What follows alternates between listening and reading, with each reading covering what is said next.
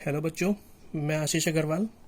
आज हम फिजिक्स में एक नया टॉपिक लेकर हाजिर हुए हैं। वैद्युत बल रेखाएं, इलेक्ट्रिक लाइन ऑफ फोर्स या वैद्युत क्षेत्र रेखाएं, इलेक्ट्रिक फील्ड लाइन। अब ये वैद्युत बल रेखाएं या वैद्युत क्षेत्र रेखाएं क्या होती हैं बच्चों?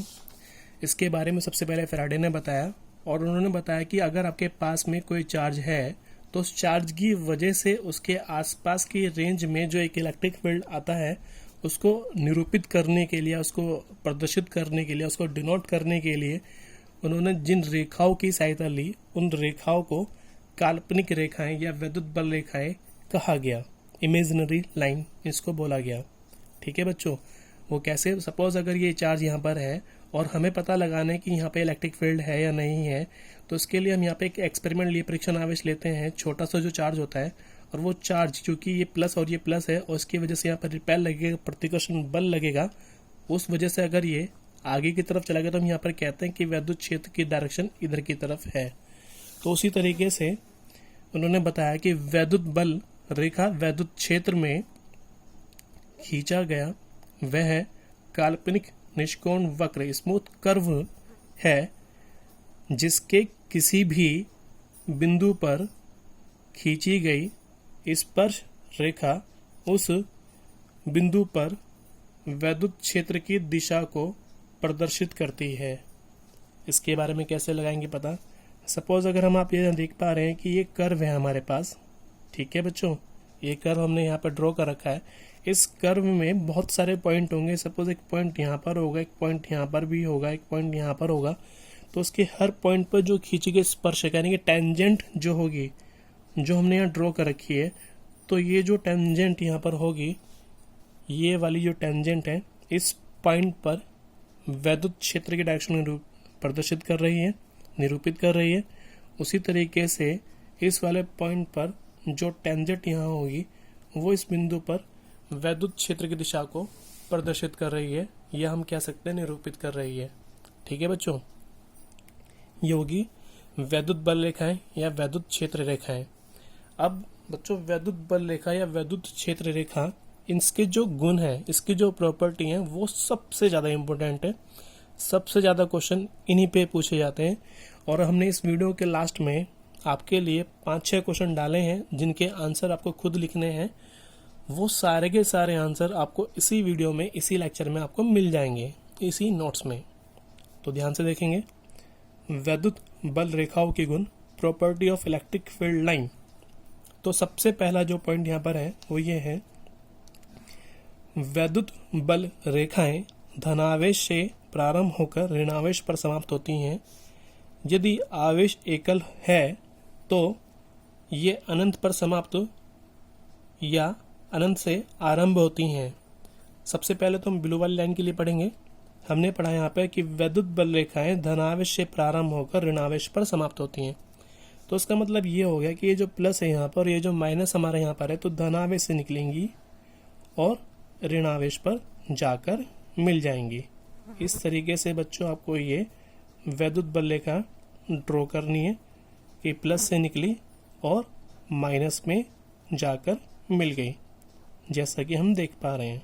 ठीक है बच्चों, दूसरा उसका आगे देखें, जो ग्रीन लाइन में लिखा हुआ है पेन में, कि यदि आवेश एकल है तो ये अनंत पर समाप्त या अनंत से प्रारंभ या आरंभ होती है। इसका मतलब ये हो गया, अगर आपके पास में केवल एक सिंगल चार्जर से, सपोज ये प्लस है, तो प्लस वाले से हमेशा जो वैद्युत बल रेखाएं निकलेंगी वो अनंत की ओर निकलेंगी। ठीक है बच्चों, और माइनस वाले पे ये अंदर की ओर आएंगी, यानी कि अनंत से इस चार्ज की ओर आएंगी। तो इस पे आप जो देख पा रहे हैं वाली, ये बल रेखा हमेशा प्लस की वजह से बाहर की तरफ निकलेंगी और ये अनंत पर जाके मिलेंगी। जबकि माइनस वाले पे क्या होगा बच्चों? माइनस वाले पे माइनस की और जहाँ होगा चिन्ह माइनस का, उसी साइड आएगी अनंत से। ठीक है बच्चों, आप मेरे ख्याल में बात समझ गए होंगे। अब इसके आगे की कुछ पॉइंट हैं, वो आप पॉइंट देखेंगे।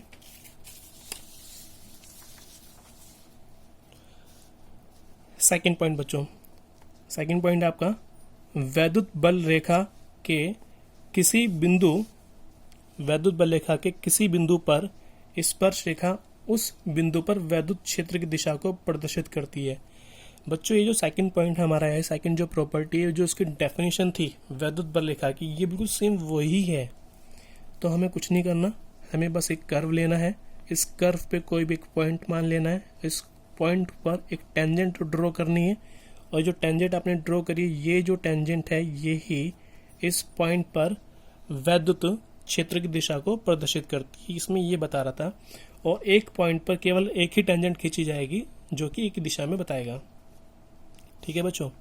थर्ड पॉइंट, ये जो थर्ड पॉइंट है आपका सबसे ज़्यादा इंपॉर्टेंट है, सबसे ज़्यादा एग्जाम में पूछा जाता है कि दो वैद्युत बल रेखाएं कभी भी एक दूसरे को नहीं काटती हैं।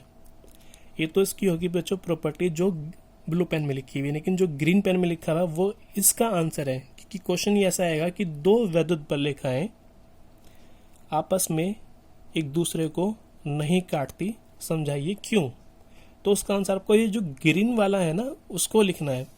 इसका डायग्राम की अगर हम बात करें तो डायग्राम में आप यहाँ देखें, अगर मैं दो कर्व ले लूँ, यहाँ पर एक कर्व मेरा यह हो गया, दूसरा मान लो सपोज मेरा ये हो गया, तो आप यहाँ देखें कि यहाँ पर ये दो कर्व हैं और ये दोनों कर्व एक दूसरे को इस पॉइंट पे यहाँ पर काट रहे हैं, अगर आप यहाँ देख पा रहे हो।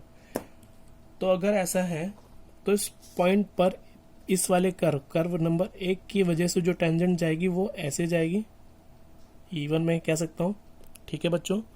और ये जो कर्व 2 मेरा है, इस कर्व 2 की वजह से जो इस पर टेंजेंट जाएगी वो ऐसे जाएगी, इसको मैं यहाँ पर E2 कह सकता हूँ।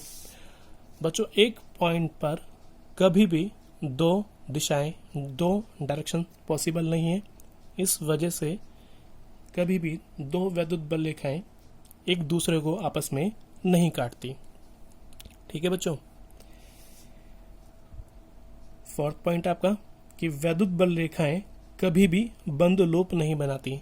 इसका मतलब ये हो गया बच्चों कि अगर सपोज ये प्लस का चार्ज है मेरे पास में और ये माइनस का है, तो प्लस से हमेशा माइनस पे जाके खत्म हो जाएगी, ऐसे वापस कभी नहीं आएगी। समझ रहे हैं आप?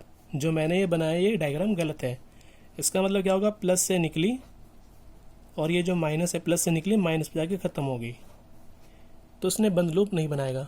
बंद लूप का मतलब बच्चों, अगर आप समझ पा रहे हो, बंद लूप मतलब कि यहाँ से ये ऐसे घूम कर माइनस से वापस प्लस की ओर नहीं आएगी। ठीक है। फिफ्थ पॉइंट, जहाँ वैद्युत बल रेखाएं पास पास होती हैं वहाँ वैद्युत क्षेत्र की तीव्रता अधिक और जहाँ दूर दूर होती है वहाँ वैद्युत क्षेत्र की तीव्रता कम होती है। इसका मतलब क्या हो गया बच्चों? इसका मतलब ये हो गया कि सपोज अगर मान लो मैं प्लस की वजह से यहाँ पर ये बल रेखा खींचता हूँ, ये वाली प्लस की वजह से बल रेखा जो जाएंगी हमेशा वो बाहर की तरफ जाएंगी। तो आप यहाँ देख पा रहे होंगे जो मैं यहाँ ड्रॉ कर रहा हूँ बल रेखा, वो अनंत की ओर जा रही है, इनफाइनाइट की तरफ जा रही हैं। अब आप यहाँ देखें, जो मैंने ये बल रेखा ड्रॉ करी है, यहाँ पर ये कह रहा है कि जहाँ वैद्युत बल रेखाएं पास पास होती हैं, तो इस चार्ज के पास देखिए यहाँ पर ये देखिए ये पास पास है यहाँ पर। तो जहाँ पास पास होती हैं वहाँ पर वैद्युत क्षेत्र की तीव्रता अधिक होती है, अधिक प्रबल होता है, यहाँ पर इलेक्ट्रिक फील्ड ज़्यादा होगा। और अगर आप यहाँ देखें इसके बीच में और इसके बीच में देखें तो यहाँ पर गैप ज़्यादा हो गया। तो जहाँ दूर दूर होती हैं वहाँ पर वैद्युत क्षेत्र की तीव्रता कम होती है, दूर जाने पर तीव्रता यहाँ पर धीरे धीरे कम होनी स्टार्ट हो जाएगी। ठीक है बच्चों। अब इसके बाद इसका 6 पॉइंट, समांतर तथा एक दूसरे से समान दूरी पर स्थित वैद्युत बल रेखाएं एक समान वैद्युत क्षेत्र को प्रदर्शित करती हैं।